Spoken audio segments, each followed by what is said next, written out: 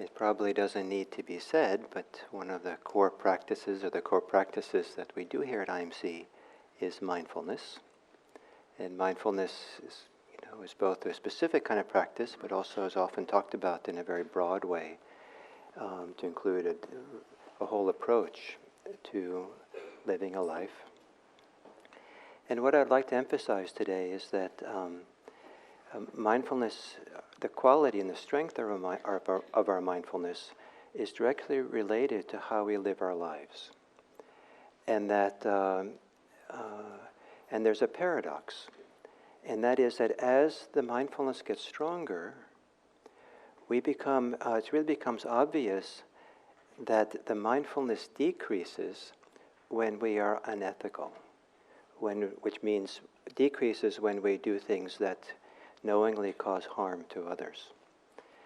And that conversely, that mindfulness is supported by living ethically, by living a life that's supportive of other people and beneficial to other people. And there's a very intimate relationship between ethics and mindfulness. They're mutually supportive of each other. And the Buddha emphasized one area of our life that is easily overlooked and frequently overlooked as an area to be concerned about our ethics, how we are, how we live, and that has to do with speech. For a variety of reasons, we get pulled into the world of speech, so often it's one of the most difficult places to be mindful in as we speak. And maybe because of that, it's difficult to attend to, be careful for the impact we have on our speech and the motivations behind our speaking. And but our speech is some of the biggest impact on the world around us. And one of the motivations to talk about this today is that it seems we've come to a point in our society where the great conflicts of our society are not being fought out in the battlefields, but rather in the verbal world of how people talk. And so, in the press and on the news and in books and how people speak with each other. And the degree of divisiveness that has arisen in our society at this point has made it almost impossible for some people to speak to each other. And there are people who come together for family gatherings and they won't talk to each other because of this tremendous divide between what their views are, how they understand things, and how they speak to each other about it. And there are people now who are saying that the biggest challenge of our society, the biggest divide, has to do with this issue of divisiveness, political divisiveness that goes on, and how people are not talking to each other. And it's eclipsed or becomes stronger than some of the other great conflicts and divisions in our society, racism and class and gender and sexuality and all kinds of things. And I think that one little representation of this is that generally our insight scene in the West is relatively liberal, not entirely so. But I've had people tell me who are not liberal, who are. I remember once teaching a retreat, and there was a man who said told me privately he was the philosopher for the Tea Party many years ago. And he was a lovely man, and I met him as a teacher, and he seemed to have a lot of integrity and goodness in him, and he seemed smart and reasonable in many ways. And he said to me privately, I can't come out in this community. That the degree of animosity that I'll receive makes it impossible to stay here. And so that's quite a powerful statement. Recent surveys, I don't know how much we can trust the surveys, right? But still, one recent survey has pointed out that Democrats and liberals are more likely to cut off people from conversation, from relationships, than Republicans and conservatives. They both do it, but Democrats, it's a much greater degree. And so to the degree to which, probably it's safe to say a majority of us tend to be liberals, this is something where we need to look at in ourselves quite seriously, not just kind of keep it out there, it's them. And so the degree of vilification that goes on, and the degree of divisiveness, and the degree of separation of people has gotten to be quite strong, and we need to look at it. So the Buddha had clear guidelines or discussions about speech, and he used the language of skillful and unskillful to talk about 4 kinds of unskillful speech and 4 kinds of skillful speech. And the unskillful speech, the word skillful is an interesting word. In and of itself is not necessarily an ethical word. However, if you look through the language of the ancient Buddhist texts, it's probably the way it plays out, this word kusala, and how to what are the implications of it, are probably closer to our word of ethics than almost any other Buddhist word. And the reason for that is that kusala is directly connected to what causes harm and what causes benefit. And so akusala, unskillful, is that which causes harm, and skillful is that which brings benefit. And what's interesting in the teachings of the Buddha is that you cannot cause harm to others without causing harms to yourself. The intentional causing of harm to other people, and whether it's through speech, and vilification and anger and these kinds of things that are kind of pushing people away or creating divisions in our society, that you can't do that kind of thing without it harming oneself as well. And then if you kind of follow the Buddha's logic, he says this, that if you harm yourself, you're also harming our society around us. And so the alternative is to do skillful things, those things which are beneficial. And if you benefit yourself, the understanding in ancient Buddhism is that you will benefit others. And if you benefit others, that's a benefit for yourself. And these are mutually related, closely related phenomena. So he talked about 4 kinds of unskillful speech. And these are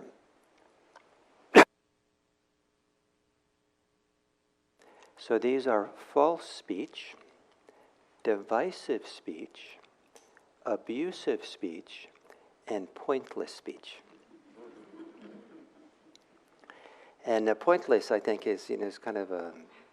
No one really quite knows how to translate this word from Pali. But pointless, I think, kind of maybe is one of the best representations. And when the Buddha gave illustrations for false speech, he used kind of a dramatic example, and that is when you're asked to bear witness, and one translator says in court, but in meetings, in town hall meetings back then, they didn't have courts, or in family or different situations, bear witness of what was true or false, what happened and didn't happen. To speak falsely there as a witness for one's own personal gain or for the gain of someone else, that is unskillful. So there's many kinds of falsehoods people can make, but one that has a big impact is if we bear witness falsely when someone's being judged or someone's being considered their behavior. And this idea of falsehood and truth now is become a hot topic in our society. It's kind of amazing that the amount of doubt. It's almost like the postmodernist philosophy puts a lot of doubt about how we interpret and how subjective our understanding is, has gotten into a degree of the public discourse that we can't agree on anything. And recently, the lawyer for the president said, truth is not truth. This weekend. That's kind of an interesting statement.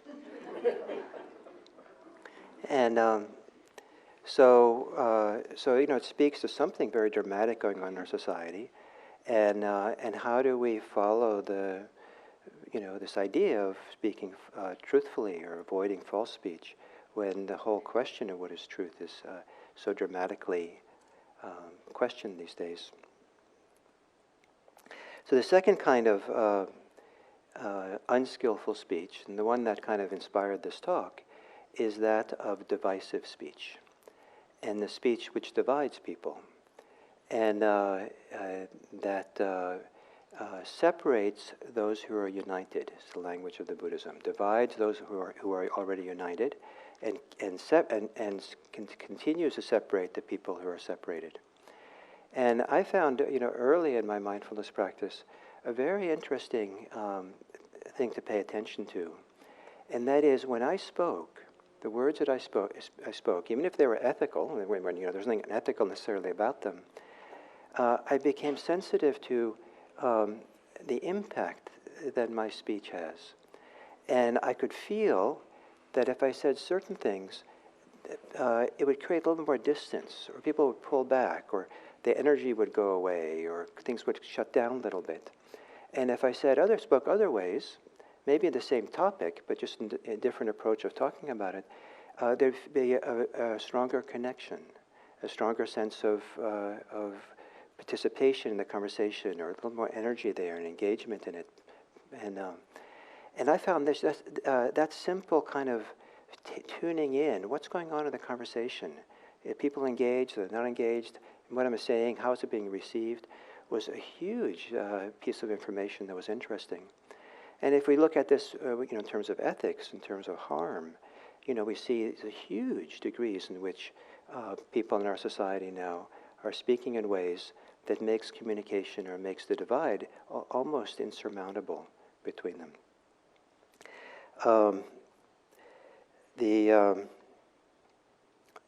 This kind of speech, the Buddha said, this divisive speech, is one that creates factions, creates groups that are opposed to each other. And maybe that's one of the reasons why people love doing this kind of language, because it creates a very strong sense of us, me. It's a kind of a conceit. There are group conceits, a groupism, like egoism, groupistic, as opposed to egotistic. That, there's really a sense that I'm special, we're the chosen ones, we're the ones who know what's right. And a lot of the energy around speaking angrily and complaining about other people is a powerful way in which people bond and feel connected to each other. And that's probably part of the reason that's fueling this. We're the ones who know, or something. So to speak in such a way that we don't exasperate the faction, the divisiveness of society. The third kind of unskillful speech is abusive speech. So sometimes it's translated as harsh speech, but I think it's more closer to abusive and offensive what it is. The Buddha described it as cutting speech, hurtful speech, offensive speech, connected with anger. So that all makes sense to some degree. But then he has one more little definition of or description of what abusive speech is, kind of how it functions or something. And then he says, it's unproductive for concentration. What? Suddenly he changes the topic. What is this? Well, it's no longer ethics now, or, why is it bringing in concentration? And why is that important? In this kind of practice tradition of Buddhism, concentration gives access to some of the most important sense of well-being, of wisdom, of understanding that a person can tap into. And people who don't have access to concentration states can have no idea why this is so useful and so important. But for someone like the Buddha who did tap into them, then it's really clear that it diminishes as for our harm, or kind of we get contracted, or we lose touch with something very precious when we lose touch with our concentration states.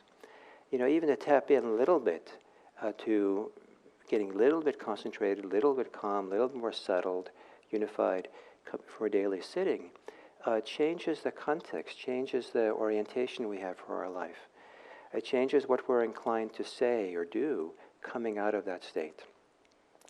If we're frazzled and harried and running around being busy, it's so much easier to do things which are harmful to others. Coming out of a calm, settled place, it's easier to see that we don't want to do that, and we're less inclined to do that. And as one of the themes of this talk, if we do that, it harms us. If we're settled and have peaceful and have a sense of well-being and openness, and suddenly we lash out in anger at someone, you can kind of feel how that's lost. But if you're always angry, a little bit more anger is kind of good because it gets you energized and gets you kind of feeling like you're right and gets you feel like you're, it has its, just more of the same in a good way. But if you have a real qualitative experience of the absence of anger, absence of ill will, that comes with concentration, it changes the whole game of reference point for how we live our life. So, abusive speech is unproductive for concentration. So people who know about concentration and its value, will try to avoid that kind of speech. And then there's a pointless speech. And so exactly what word English should be used for this. Sometimes it's called idle speech in some translations.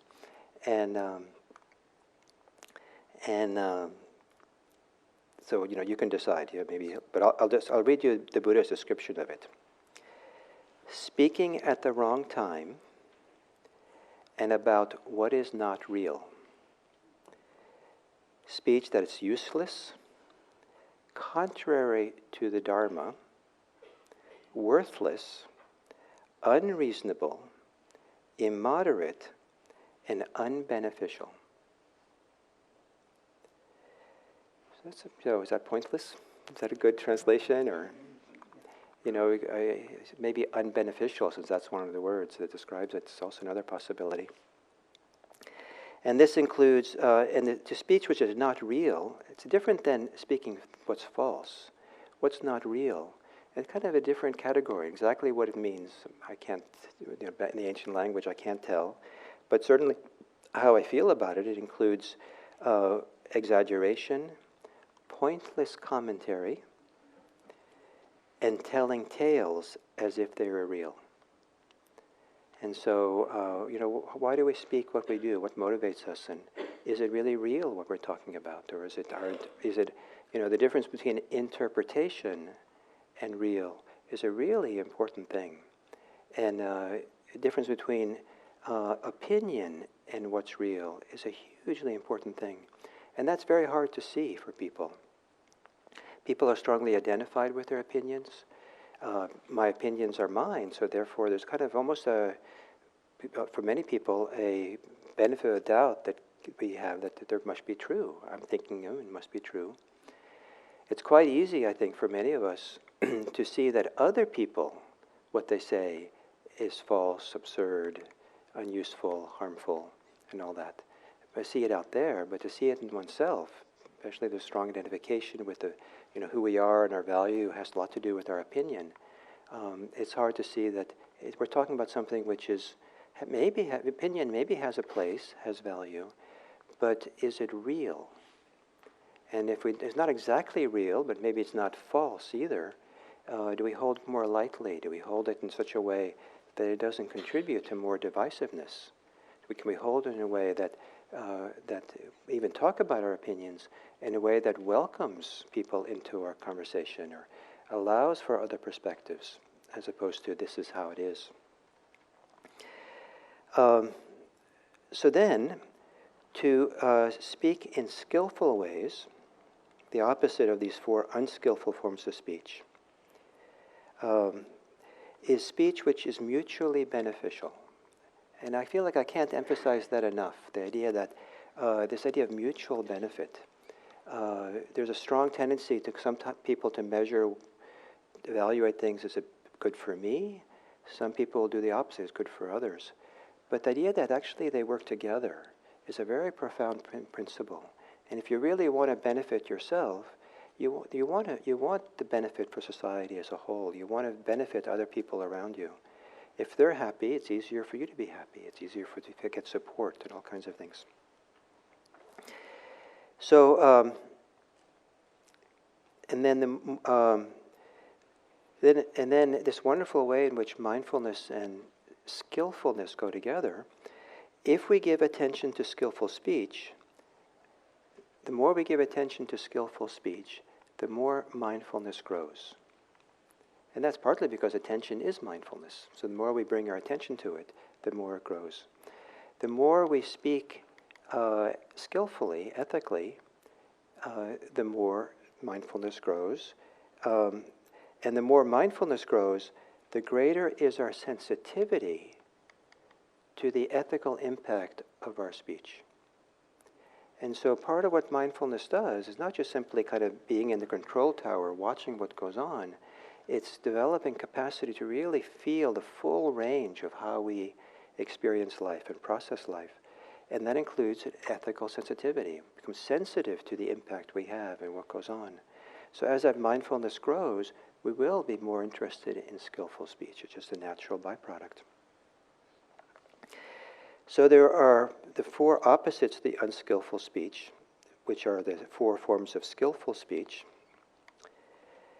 So these are speaking what's true, speaking what creates concord, speaking what is inoffensive, and speaking what is beneficial.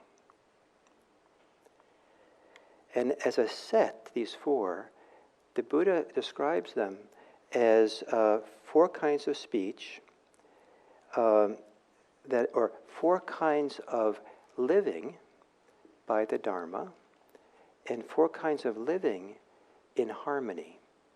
And I kind of find these interesting, these ideas. So living in accordance with the Dharma. I think of here, I'd like to just, maybe it's my interpretation, but I like to think of the Dharma as something that's deeply personal. It's really something that flows from inside of us. That's so deeply personal that it's almost impersonal. You can't identify with it, but it kind of flows out of us, a certain kind of goodness and an engagement with what is beneficial, avoiding what's harmful. And that living in a way that's harmonious has to do with how we live our social life together. And so these two are very important. But this living, how we live our social life can flow out of the Dharma, can flow out of this deep wellspring inside of goodness and wisdom that can be here. And so it flows from us how it flows into the world, and helping to create harmony. So speaking what is true is mindfulness out loud. I think, mindfulness is to recognize in a certain way what's really happening here, and to, and we don't necessarily want to say everything that's possibly true. Truth can be a weapon. Truth can be used in abusive ways. Truth can be used in ways that is not conducive to harmony and to society and everything. So we want to be a little bit sensitive to that. But there's one area of truth-telling which is kind of like absolute in Buddhism. And there's few, maybe there's not that many real absolutes in Buddhism, but I think this is one that, the Buddha didn't say this, but I think it really is implied out of the whole Buddhist principles of life. And that absolute statement is, it's never okay to lie to yourself. And, so maybe few people think they lie to themselves, but it's never okay to do that. That's the one thing. So whether you speak the truth out loud is one thing, but don't speak it to yourself. Certainly try to speak it to yourself. Don't sidestep it or ignore it. And when we speak the truth wisely and inoffensively, we are harnessing the power of mindfulness. And speaking the truth also contributes to trust and safety. It's a wonderful thing to be with people we can trust, because we can trust what they say. We might not agree with them, but we feel like they're going to be honest with us. It's a beautiful thing. So the second kind of skillful communication is speaking to create concord. And the Buddha describes this as speech that reconciles those who are divided. I just love this idea. Reconciles those who are divided. So even the people who, maybe you're not divided from people, but maybe people in your family are divided from each other, or friends. And so speaking of it, can you reconcile them? And one way is to be very careful how you speak about people who are not present, non-present third-party people. And are you speaking about them in a way that's going to make it a little bit disparaging of them, or a little bit critical of them, so that when the person you're speaking to, when they see that person, it's going to create a little ripple, or big ripple, in that relationship? Or do you speak in ways that are truthful and appropriate, but makes the person you're talking to feel good about that person? You can't wait to see them, or delighted to see the person and happy to see them because they see them in a good light.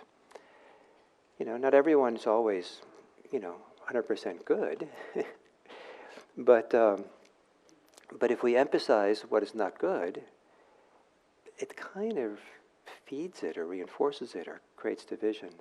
But if we're not to ignore what's difficult and challenging, but if we clearly see and acknowledge what's good, then that maybe can begin traveling and supporting and grow in our society. So reconcile those who are divided and supports those who are united. And then the Buddha described this as words of someone who loves concord, delights in concord, enjoys concord, and speak things that create concord. So I love this little expression, loves and enjoys and delights in concord. I'm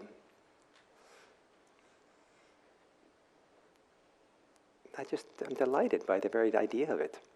And, the Dharma is here to bring joy and happiness. And part of that joy and happiness we can feel comes from our delight in being skillful, delight in being ethical. I used to be surprised when I first got into Buddhism that there was this idea that people could feel joy in their ethics, and their good ethics, their skillfulness. And I thought, what? That was like a foreign idea. And then what happened to me is, as I got concentrated and my mindfulness grew, that became obvious. That the inner sense of purity or goodness that can develop in these deeper states of meditation really spoke to this delight and joy that being ethical has. Because being ethical is not like you have to follow rules, but rather it's to be attuned to something that's really good within, really healthy. So then there's a fourth kind of skillful speech, is inoffensive speech. And this the Buddha describes as soothing to the ear, affectionate, and then it has a wonderful expression, going to the heart, and touching the heart, maybe. But literally it's going to the heart. Polite, appealing, and pleasing to many people. And then he had one more little expression for what inoffensive speech is. And that is speech that people treasure. They want to, they treasure means that partly you want to keep it. One translator, it is literally the word treasure, but one translator translated it as what people want to record. And then the last form of speech, skillful speech, is what can be called beneficial speech. And these are timely, about what is real, beneficial, and concerned with both the Dharma life and an ethical life.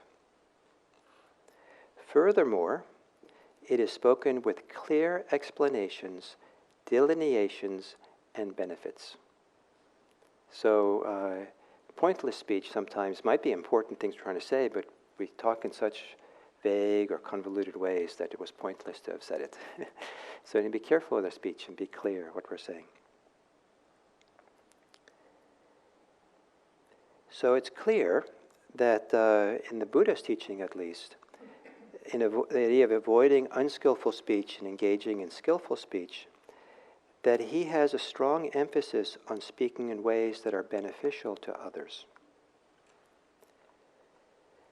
Our speech, as well as ways we communicate, are born in ourselves, and from there flows into our interpersonal lives.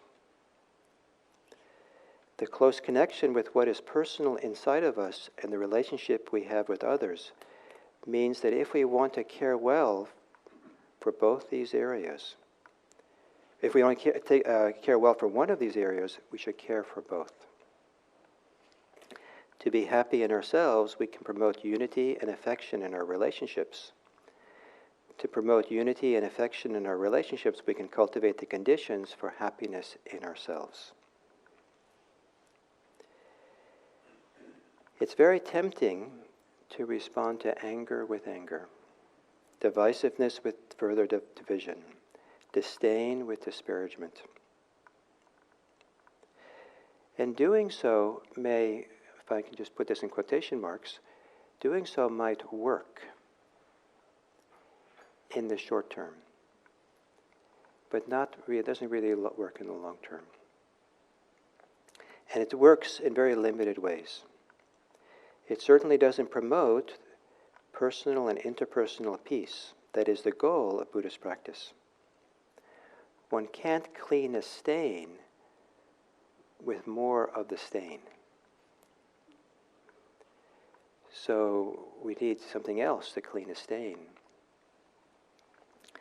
A stain in our social life and political life is only cleaned by our capacity for goodness, generosity, and cooperation, perhaps fueled by resolute fervor. So to really be motivated strongly. This is not an idea that is always supported, that you should not meet anger with anger.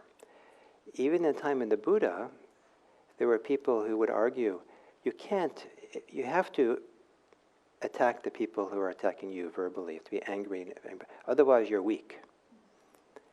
And there's no. And so there's one response that was to this, that was given in verse, in poetry. One makes things worse who returns anger with anger. Not returning anger with anger, one wins a battle hard to win.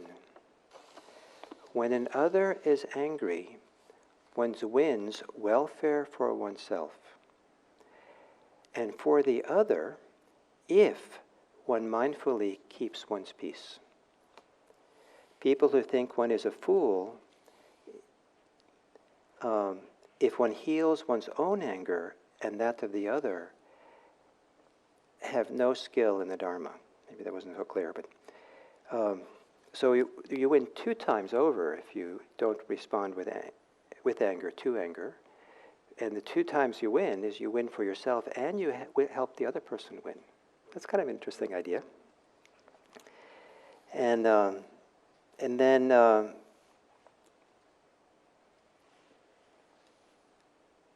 if you think that healing one's own anger and healing the anger of the other is a foolish thing to do, then one has no skill in the Dharma. So finally,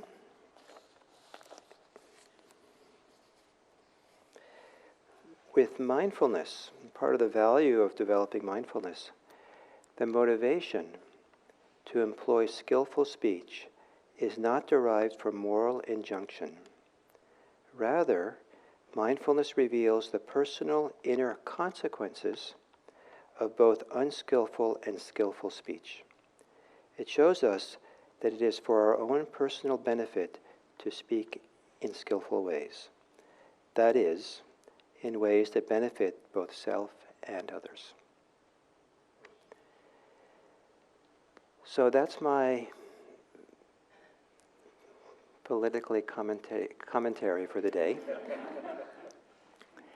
And so do you have any comments, questions, statements you want to make? So if there's a mic, is there still a mic on the stage there? Maybe you can pass it over.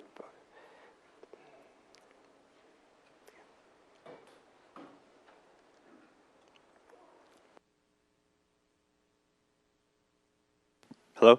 Okay. A question on the maybe relative importance of the skillful right speech.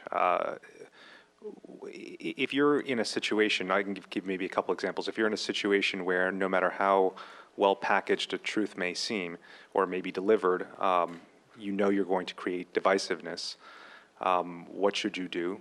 And similarly, if you're always after Concord, and it's almost like you're trying to keep everything together, and you never let maybe the conflicts that are needed to happen.